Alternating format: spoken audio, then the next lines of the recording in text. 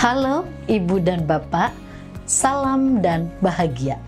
Pada video sebelumnya, Ibu dan Bapak telah mempelajari asesmen S, for, dan of learning. Sekarang, mari kita sama-sama memahami lebih dalam mengenai metode asesmen. Untuk memulai pembahasan, kita akan memulainya dari cerita berikut. Kita coba bayangkan ada dua murid, yaitu Bastian dan Since. Keduanya sama-sama kelas 5. Keduanya sama-sama belajar mata pelajaran yang sama, yaitu topik mengenai puisi. Sewaktu ujian akhir tertulis, nilai Bastian lebih kecil daripada Since. Akan tetapi, ternyata saat diminta untuk membuat puisi yang baik, Bastian lebih unggul daripada Since. Menurut Ibu Bapak, bagaimana seharusnya guru menyikapi hal tersebut? Ibu Bapak tentu tahu bahwa asesmen harus disesuaikan dengan kompetensi dan tujuan belajar murid. Asesmen harus dirancang secara adil, proporsional, valid, dan dapat dipercaya atau reliable untuk menjelaskan kemajuan belajar dan menentukan keputusan tentang langkah selanjutnya. Dalam pembelajaran paradigma baru, guru diharapkan bisa melakukan asesmen yang berorientasi pada proses, bukan sebatas hasil akhir saja. Terdapat 3 pendekatan asesmen yang bisa diterapkan sesuai kebutuhan, yaitu asesmen diagnostik, asesmen formatif, dan asesmen sumatif. Asesmen diagnostik dilakukan terlebih dahulu di setiap awal pembelajaran atau memasuki topik baru untuk mengetahui kapasitas murid di kelas. Kemudian dilanjutkan dengan asesmen formatif yang lebih terintegrasi dengan proses pembelajaran, yang lebih mampu melibatkan dan melihat kemajuan belajar murid yang lebih mendalam. Misalnya, melalui penilaian diri atau self-assessment, penilaian antar teman atau peers assessment, dan refleksi metakognitif. Terakhir, dilanjutkan dengan asesmen sumatif yang pelaksanaannya diperlukan untuk menguatkan konfirmasi capaian hasil belajar. Asesmen dalam paradigma baru sendiri sangat ditekankan pada asesmen belajar murid yang lebih komprehensif dan student-centered. Dalam pelaksanaan asesmen diagnostik, formatif maupun sumatif, kita bisa menggunakan 3 teknik asesmen yang paling umum, yaitu 1. Teknik observasi. Teknik asesmen observasi yaitu murid diamati secara berkala dalam kurun waktu tertentu dengan fokus secara keseluruhan maupun individu. Misalnya, dalam mata pelajaran bahasa Inggris, guru melakukan observasi secara berkala dalam kurun waktu 1 bulan. Dalam proses observasi tersebut, guru mengamati bagaimana peningkatan kepercayaan diri murid dalam berbicara menggunakan bahasa Inggris selama dalam kelas. Teman-teman, gimana kalau tugas dari Bu Belen kita buat dalam bentuk drama?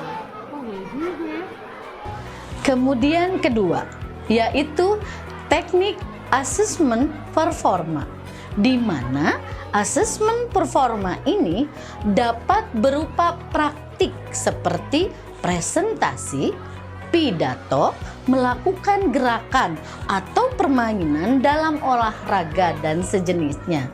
Lalu, bisa juga menghasilkan produk, misalnya berupa membuat karangan, puisi, atau brosur. Selain itu, bisa juga melakukan proyek atau membuat portofolio. Ibu bapak bisa memberikan keleluasaan pada murid untuk menentukan hal seperti apa yang bisa menjadi bukti kemajuan belajar mereka, sehingga produk yang dihasilkan pun beragam dan sesuai dengan minat murid. Ketiga, yaitu tes tertulis atau lisan yang digunakan untuk menguji pengetahuan murid terhadap suatu hal. Biasanya, teknik ini digunakan hanya sebatas untuk menguji level pengetahuan yang sifatnya lebih menghafal saja. Padahal sebenarnya asesmen ini juga dapat digunakan untuk menguji level pemahaman murid dengan mengajak mereka merefleksikan suatu konsep dan mengaitkannya terhadap kehidupan sehari-hari melalui studi kasus. Dalam melakukan asesmen, tentu saja akan ada beberapa instrumen yang diperlukan dalam prosesnya.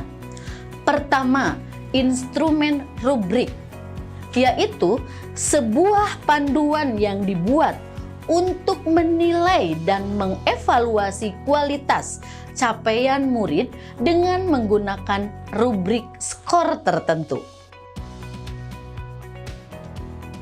Ada 3 indikator. Setiap indikator dibuat masing-masing 4 kategori capaian. Kemudian, masing-masing kategori capaian diisi dengan kriterianya. Kriteria-kriteria inilah yang menjadi panduan guru dalam menilai capaian murid. Kedua, yaitu instrumen checklist yang berupa daftar informasi, data, ciri-ciri, karakteristik atau elemen yang dituju. Misalnya, saat kita meminta murid untuk melakukan storytelling di kelas, lalu guru atau murid bisa menilai dengan mengisi lembar checklist untuk penilaian. Ketiga, yaitu instrumen catatan anekdotal, merupakan catatan singkat hasil observasi pada murid. Catatan bisa difokuskan pada performa dan perilaku murid yang penting, disertai latar belakang kejadian dan hasil analisis dari observasi yang telah dilakukan. Contohnya, saat murid-murid sedang aktif berdiskusi di dalam kelompok tentang suatu materi, guru bisa membuat catatan anekdotal siapa murid yang aktif, pasif, atau lainnya. Keempat, yaitu lembar pengamatan. Lembar amatan berisi catatan perkembangan kompetensi murid dalam sebuah mata pelajaran tertentu. Itulah tadi 4 instrumen asesmen yang bisa Ibu Bapak gunakan agar asesmen lebih bermakna. Yang juga perlu sama-sama kita ketahui bahwa pelaku asesmen sendiri tidak harus selalu guru, tetapi murid menilai diri sendiri, murid menilai murid sesuai atau lintas jenjang, seperti murid kelas 6 menilai murid kelas 4 dan 5, atau bisa memberdayakan staf sekolah dan orang tua untuk menjadi tim penilai. Bisa digunakan salah satu atau bisa dipadukan. Nah, itu tadi ya, Ibu Bapak Guru, beberapa hal terkait metode asesmen. Setelah mengikuti kelas ini, kita jadi tahu bahwa dengan pembelajaran paradigma baru, asesmen harus lebih mampu mengakomodir keseluruhan proses belajar murid sesuai kebutuhan. Pastinya, sekarang sudah lebih siap dong untuk menerapkan asesmen proses belajar murid yang lebih bermakna. Salam dan bahagia, Ibu dan Bapak Guru hebat. Sampai jumpa.